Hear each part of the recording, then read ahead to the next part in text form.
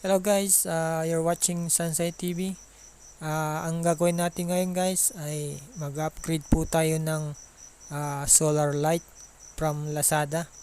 Nabili ko po ito ng mga 200 po siya. Ang problema nga lang po dito, pagka 20 minutes na po ay mahina na yung liwanag niya. So hindi siya nagtatagal. So ngayon, ang gagawin natin ngayon guys, i-upgrade po natin siya para tumagal po yung kanyang liwanag. So ito po ay free energy, no, from the sun. So hindi po ito fake gaya ng ibang mga video. So ito po ay makakatulong talaga po sa atin.